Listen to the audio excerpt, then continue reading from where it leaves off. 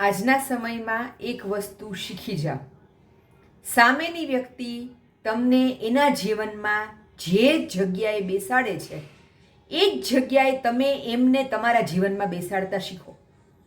સામેની વ્યક્તિ તમને પહેલા સ્થાને બેસાડે છે તો તમે પણ એમને પહેલા સ્થાને બેસાડતા શીખો.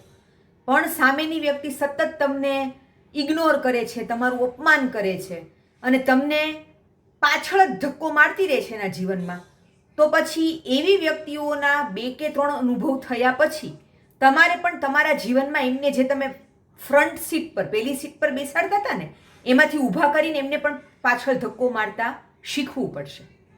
તો આ વસ્તુ કે વ્યક્તિનું વેલ્યુએશન, એ તમારું વેલ્યુએશન જે રીતે કાઢે છે ને એ રીતે જ કરતા શીખો.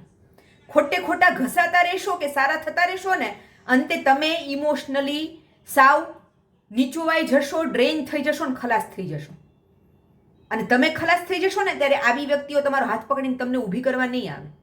એટલે વ્યક્તિઓને સમયે ઓળખો કે એ તમને કેવી રીતે ટ્રીટ કરે છે, તમને કેટલું મહત્વ આપે છે, અને પછી સામે તમે પણ એમને એ જ રીતે ટ્રીટ કરતા શીખો. જે આપણને પહેલાં રાખે ને એમને આપણે પણ પહેલાં રાખવાના, અને જે આપણને છેલ્લે મૂકી દે એમને આપણે પણ પછી છેલ્લે મૂકતા શીખી જવાના.